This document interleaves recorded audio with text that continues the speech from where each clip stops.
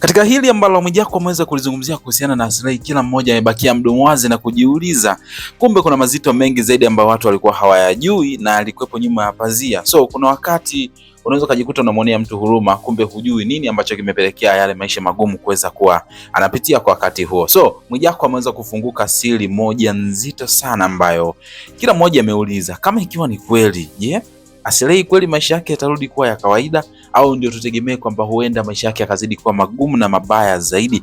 Basi before sijakupa hii update kuhusiana na kile ambacho Mwijaku ameweza kufunguka, ninaomba nikukumbushe tu mda wangu kwamba mara zote niko hapa kwa ajili ya kuhakikisha kwamba nakupa updates kuhusiana na stories zote ambazo zina make headlines huko mitandaoni. Kwa hiyo cha kufanya, tumia sekunde moja tu kubonyeza neno subscribe hapo chini ya hii video. Hapo tutakuwa tumejiweka katika nafasi nzuri sana kwamba kila update inapotoka basi mimi nakuwa nakuletea hapa kwa wakati sahihi kabisa. Mimi naitwa Gabby Official na hii ni Bongo Vibe.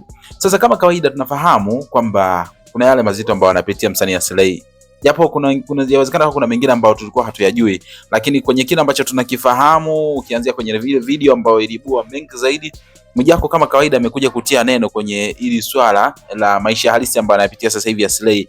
Lakini cha kwanza kabisa ambacho Mwijaku ameweza kugusia na kikawatoa watu wengi ni kwamba tunakumbuka ule wimbo ambao Aslay aliimbaga, alimwimbiaga mama yake baada ya kuwa amefariki dunia. I hope kila mmoja atakuwa na ufahamu. Sasa Mwijaku, moja kitu ambacho amegusia cha juu kabla hajasema siri nzito, alisema kwamba Aslay aliimba kinafiki sana ule wimbo. Yaani licha ya kwamba alikuwa anaonekana ni mtu mwenye majonzi, mwenye huzuni, na alikuwa anamwimbia marehemu mama yake kutokana na kuondoka kwake, lakini Mwijaku anasema kwamba Aslay aliimba kinafiki sana ule wimbo. Kiufupi hakumaanisha kutoka moyoni kwa kile ambacho alikuwa anakiimba. Kwa sababu gani Mwijaku akasema hivyo?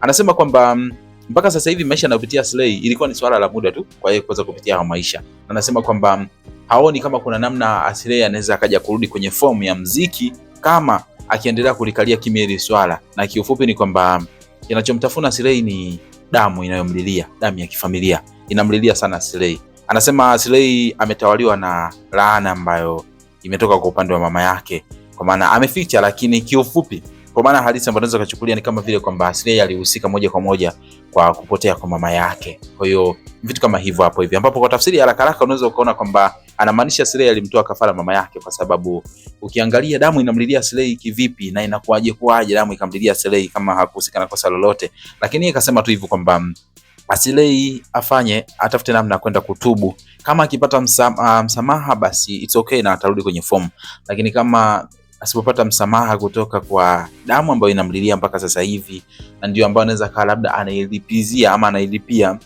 kwa kile ambacho aliweza kukifanya, basi ni dhahiri kwamba Aslay atapitia maisha magumu zaidi ya haya ambayo anapitia sasa hivi. Ni kauli ya Mwijaku kama kawaida tunafahamu, waga anatoa comments tofauti kutokana na kile ambacho pengine kinakuwa kimehappen au trending story na vitu kama hivyo. Sasa sijajua maoni yako ni yapi kwa upande wako wewe. Unadhani inawezekana kama kuna ukweli kwenye hiki ambacho Mwijaku kakizungumza? Kwa sababu unajua hao mastaa wenzetu waga wanajua vitu vingi zaidi ambavyo vinaendelea kuhusiana na mastaa wenzao. So inawezekana kama kuna ukweli au pengine ikawa ni namna tu Mwijaku ameamua kuitrendisha history kwa namna ya tofauti.